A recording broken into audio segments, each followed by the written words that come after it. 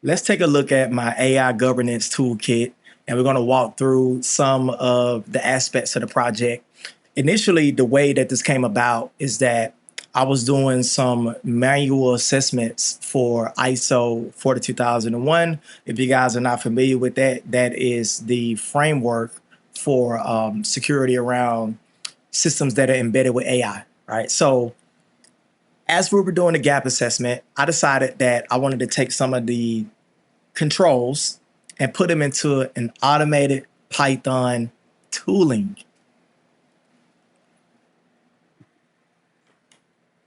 Let's take a look at some of the tooling I built around AI automation, and we'll actually run the Python code and see what the output is. So let me take a step back first. The idea of this particular tool is that we can automate the manual processes when it comes to gap assessments around systems that use AI. So the controls that are embedded are for ISO 42001, and I actually end up expanding it. So it started off with ISO 42001 first, and then I added on ISO 27017, 27018, and Cisco's CCF framework that maps a lot of these frameworks together, right? So it finds common controls or evidence that can be satisfied for one control and then apply across different frameworks. So as you take a look at the structure and the way that I branched out the particular toolkit, let me just go down to the README and then I'll show you some of the code and what it looks like. So the AI governance toolkit automates the AI governance tooling for multiple framework compliance assessments, intake control, and executive focus. This repo is a portfolio collection of Python utilities that operationalizes AI governance and cloud security. So I show you the AI management systems, the cloud security controls, and the cloud protection around personal identifying information, which is 27,018. So in layman's terms, I always like to break it down to executive speak, right? This solves the problem of manual gap assessments against ISO standards that are slow, inconsistent, and hard to scale across many systems. So the whole goal of automation is to create a repeatable motion that we can apply across multiple different frameworks. And this is what this tool does. So the way that it works, and by the way, this is available on my GitHub, it's public. It even explains how to run it.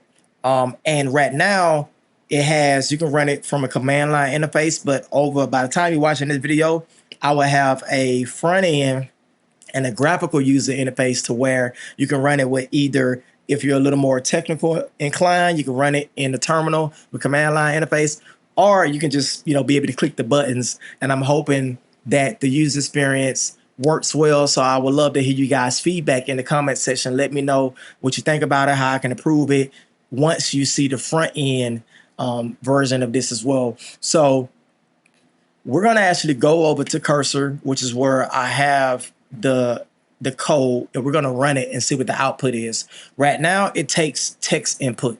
So the reason why that is important is because most AI systems are going to have documentation explaining how AI is being used in those systems. So this allows you to feed that text into it and then take the text and it's going to run it against those particular controls by keyword matching. So initially I had a binary pass or fail. So if it had keywords that align to that particular control, it would give you a pass. Now, obviously I needed to build that out a little bit more. So what I did with the second pass is I added in a confidence score.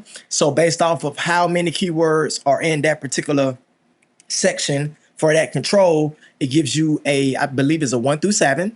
And they give you percentage off of the confidence for that particular control. And then it gives you a maturity rating. So this is where was a lot of growth in a maturity rating, because initially I had 3.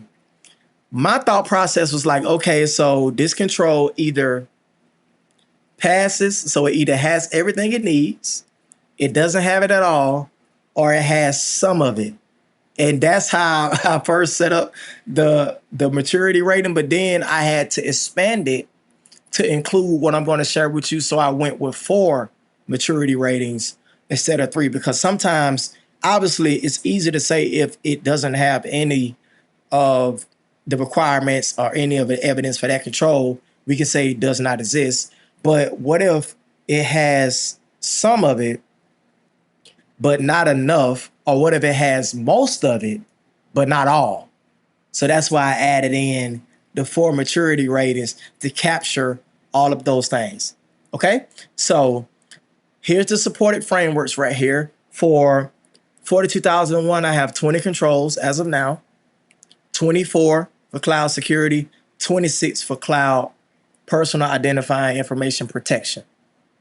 Okay, and I also have an AI intake form too. So that particular form, this is for those ad hoc AI platforms that are being added into your systems, and this helps eliminate shadow IT. So a lot of times, if the process that's in place, it doesn't always capture a lot of the tools that we use as engineers on a daily basis to get the job done. So that AI intake form will help you not only rate the particular platform that the user is requesting, but then it has some, you can actually go in and feel free to use this and tailor it to your system, but it has different items in it that will allow you to auto approve certain platforms depending on what type of data they're using, how many users, and then it allow you to escalate it to like managers all the way up to senior level if you're going to be dealing with more private and confidential information. So we'll talk about the AI intake form on a separate video, but I kind of want to mention that this is a part of the AI governance toolkit. So without further ado, let's actually hop over to Cursor. And if you wanted to view, I do want to say this first. If you wanted to view the code, just click into the Python file and you'll be able to actually view the code, how I'm reading it. And I would love to get your feedback on the structure and whether or not I need to maybe consider reformatting it. Right now, it's formatted to be read both by humans and by machines. So I would love to get your feedback on the actual code itself. But let's hop over to Cursor. Okay, let me know when you guys can. 1 second, I'm going to share this. Okay, sorry about that, guys. All right, perfect. Can you see that? All right, there we go. Now, so I'm in Cursor right now, and it's a little bit off of the screen, but the actual folder is just a mirror of everything that's on the GitHub. It's on the, it's actually on this side. Well, I can point. It's over on this side over here of the screen. Now, let's pull the terminal down and let's run this. Right now, what I've done is I've taken public available information. So I use Cisco AI Defense Tool, for example. I pull all of the public available information on Cisco's website talking about the product.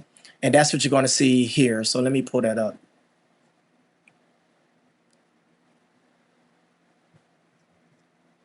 Okay, so all of this text, all of this is Cisco AI Defense. You see that? All of that text. All right, now let me go back to the checker, and what I'm going to do is, let me ask you to run this. I'll give you an idea of what the output looks like.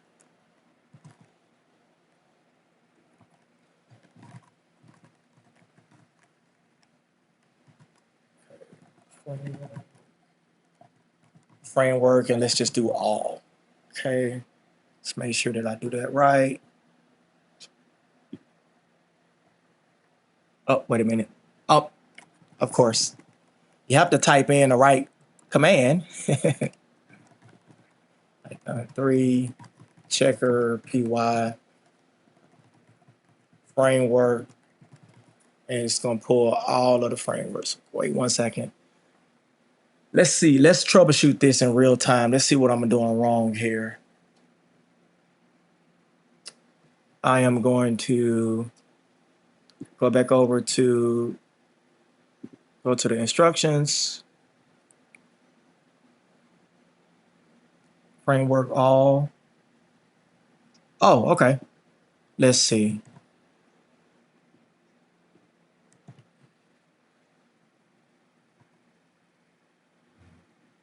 So Python 3 checker, Python file, and then it should pull up all of the frameworks. So let me see. Python checker py. Okay, let's try individual frameworks. Framework ISO.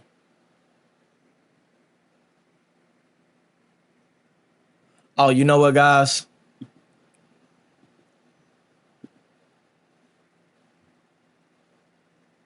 Am I in the wrong folder? I had two different versions of this. I'm curious if I'm in the wrong folder or not. Okay, so 27,017. Okay, give me a second. Let's try this. I'm actually going to see, can I open up the code space on GitHub? So let me hop back over here so you guys can see this. Share that screen. Okay, so I'm going to go to code spaces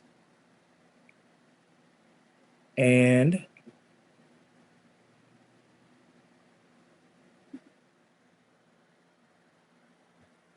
let's see if I can pull this up here. Now, what this does is it pulls up a web version of the terminal, and it should allow me to run it without, now obviously it's on my local machine, but it should allow me to run it without. Okay, here we go. Let's see.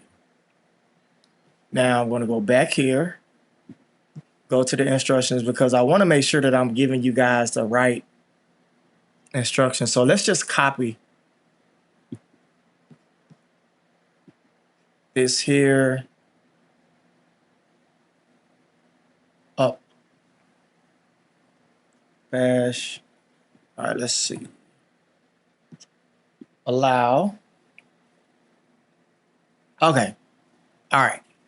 So we was able to run it. Let me pull this up so we can take a look at the output. So the way that I have it designed is it allows you to run all three of the frameworks at the same time and get a comparison, which the goal is to eliminate having to do individual gap assessments for a particular product. So now it's all still using Cisco's AI Defense description. And if we dive into it a little bit more, you'll see, like, for example, I'm just going to pull out this control right here. Can you see this, or you need me to zoom in just a little bit? Ah, that's better. Okay. So let's use this one, for example. Now, it gives you the control name, and with the control ID, the control name, the status, partially implemented. This is the maturity model. The confidence score I talked about, 3 out of 7, so 43%.